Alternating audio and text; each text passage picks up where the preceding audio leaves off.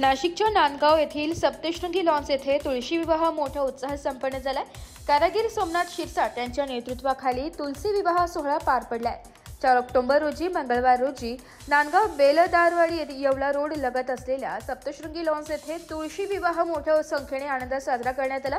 कारागीर सोमनाथ शिरसाट हे गेल्या 20-22 वर्षांपासून विवाह सोहळा, साखरपुडा, धार्मिक असे विविध कार्यक्रमांमध्ये त्यांनी आचारीचे काम करून कर्ज घेऊन 12 जानेवारी 2025 रोजी सप्तशृंगी लॉन्सची स्थापना केली। सोहळा प्रसंगी उपस्थांनी कारागीर सोमनाथ शिरसाट आचार्य यांचा सत्कार करून शुभेच्छा दिल्या व सप्तशृंगी लॉन्स येथील वैशिष्ट्य सांगितल्या तर लग्न समारंभ, साखरपुडा, वाढदिवस, धार्मिक कार्यक्रम असे विविध कार्यक्रमासाठी उत्तम सोय कारागीर शिरसाट यांनी केली आहे। याचा लाभ नागरिकांनी लाभ घ्यावा अशी भावना व्यक्त केली आहे। या शुभ मुहूर्तावर अनेक ठिकाणी हा विवाह सोहळा उत्साह साजरा केला जातो, जो लग्न सराईची सुरुवात मानला जातो।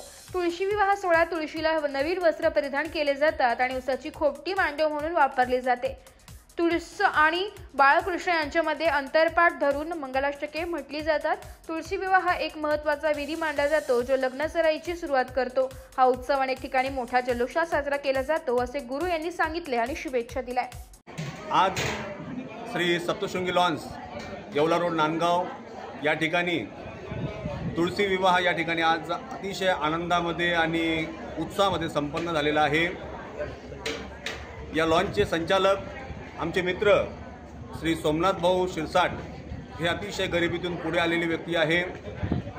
गोरगरिबांसाठी कोणाकडे सुखाचा कार्यक्रम असो, दुःखाचा कार्यक्रम असो, सार्वजनिक कार्यक्रम असो किंवा कुठलाही कार्यक्रम असो, प्रत्येक कार्यक्रमात हिरिरीने भाग घेणारे आमचे मित्र सोमनाथ भाऊ शिरसाट यांनी या सप्तशृंगी लॉन्चची या ठिकाणी स्थापना केलेली आहे।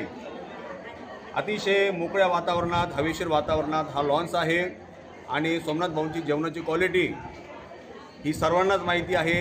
अतिशय रुचकर आणि स्वादिष्ट प्रकारचं जेवण सोमनाथ भाऊ आमचे बनवत असतात। तरी माझी सर्वांना विनंती आहे की सर्वांनी कृपया एक वेळेस तरी या सप्तशृंगी लॉन्सला भेट द्यावी। एस मराठी न्यूजसाठी जिल्हा प्रतिनिधी विजय बडोदे, नांदगाव।